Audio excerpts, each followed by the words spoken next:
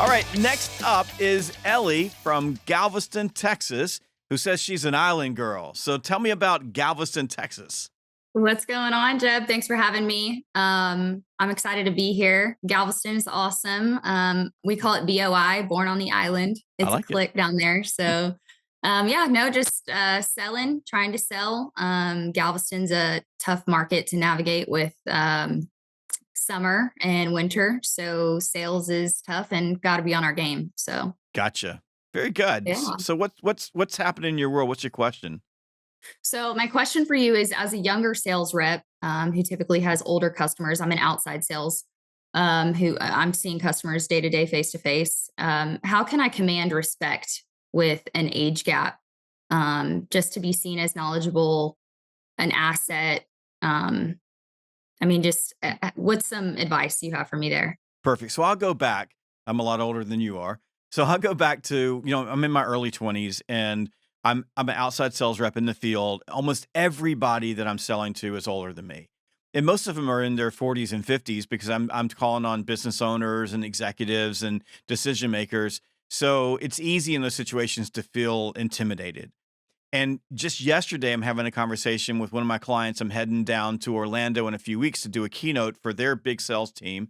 And there are about 1,000 people on the team. The average age on that team is about 24. And they said one of the biggest, emotional heartaches that they have is that they feel insecure, like they need to have the answers. They need to have respect. So I'll start with it's really the wrong question. And because it's what you're talking about is how you feel. Like I feel like I'm inferior to these individuals. I feel like they don't respect me. I feel like I'm not adding any value. And all of that is happening inside of your own head. That's not really happening with them. It's probably rare that someone looks at you and says, "Ellie, I just have no respect for you because you're young." So you start creating that in your head. And the problem with that is that emotions are contagious. So human beings have this amazing way of being able to pick up on the vibrations, the emotional vibrations of other human beings. So when you walk through the door and you feel like you shouldn't be there or you don't belong or you feel insecure that you don't have all the answers, you have a tendency to push that insecurity off onto your customer. And the thing about your customers is that because they can feel that, it makes them less likely to respect you or less likely to buy from you. In other words, people don't want to buy from insecure people. And if there's like a Jedi mind trick in sales, it's relaxed assertive confidence. Okay, so start there. So most of this is happening inside your head. Mostly your customers, they're dealing with you and they're not thinking that way. I'm in my 50s and I've been selling my whole life. I deal with people who are in their 20s. Grace over here, who is producing this on the board, is 24, right? 24. And I respect Grace because she knows what she's doing. Like she knows her stuff. But she's also an awesome human being. Like she's a good person. She's coachable. She listens. She's part of our team. Over in my conference room right now, my marketing team is in there. I've got a 22-year-old sitting around the table and handles our social media. I respect Simone because she comes in, she listens, she's part of our team. I don't look at them as a 50-something thinking all these young people, they don't know anything. And I don't think talking to people in my age group that anybody does that. Like we sometimes laugh at you guys because you're sitting around scrolling on your TikTok all day long and we can't understand why you would do that. You have particular ways in your generation of doing things, just like Gen X has particular ways of doing things. So we laugh at that, but I don't think that there's a lack of respect. So I would begin there. The second thing is, how do you get that confidence? Because just telling you to be confident walking through the door doesn't mean it's going to change the way you actually feel. So I'll go back and step in my 23-year-old, 24-year-old shoes when I'm out in a territory, working with accounts, calling on people that are a lot older than me. One of the things that I learned early on is that influence is derived from what I hear, not what I say. And I can learn everything that I know about businesses. I can learn about what's happening in their world. They will teach me everything if I just ask them questions. And so many people that are in your age group who feel like I'm selling to older people are worried about having the answer to the question or what do I say? And the truth is that you're probably selling to people in your business sector that have more knowledge in their little finger than you have ever had in your lifetime, and you will ever get. Unless you spend your entire life being a specialist in this particular industry or a particular sector, you're you're never going to be an expert.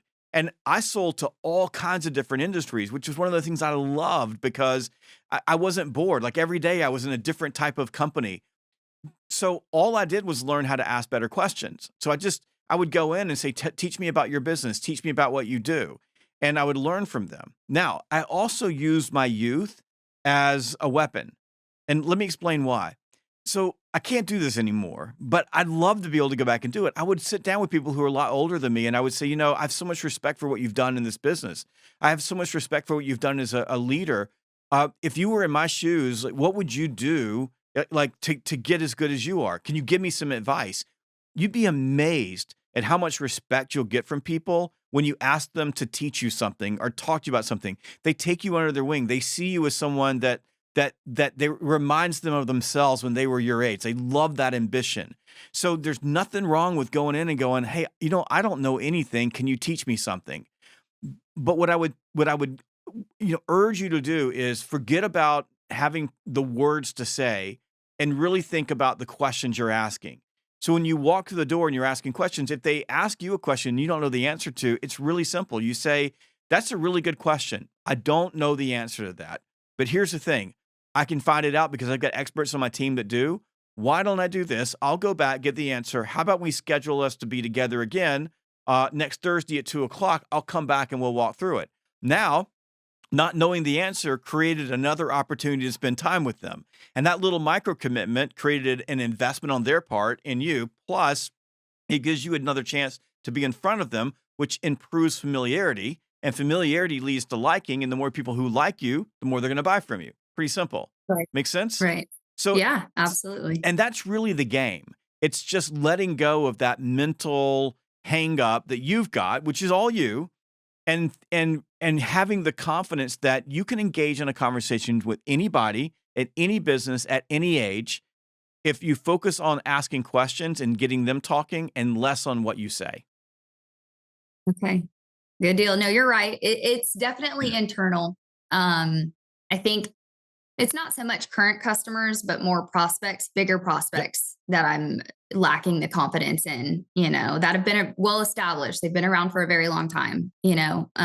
So yeah, ask more Ask questions. more questions. Listen, that's and just to I'll give you from my standpoint as a 50 something.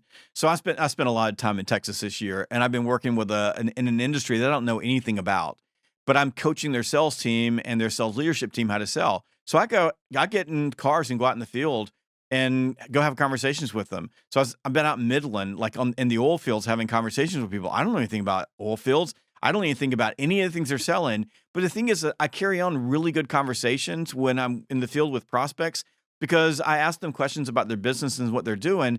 And then over the course of 5 or 10 calls, I start actually getting pretty good at it because when they're talking, I'm learning the lingo, I'm learning the jargon, I'm learning what's important to them. I'll get, I'll go after a meeting, I'll go Google the stuff that they said. Like I write it down. Like they said this, what does that mean? And then the next time I know, and so you just learn. And it's that I think over time I've learned that I can have all the confidence in the world if I can just ask the right questions. And then I do have the ability to go Google something. Right. Right. Good. Okay. Very good. Thank you. Thank you. Awesome. Thank you. I appreciate it. Well, thank you so much for joining me on the Sales Gravy podcast. Really appreciate it. Good luck to you, Allie. Thank you so much for watching this video. Please make sure to click like and subscribe so you never miss a single video. And if you want more sales training content, go to learn.salesgravy.com.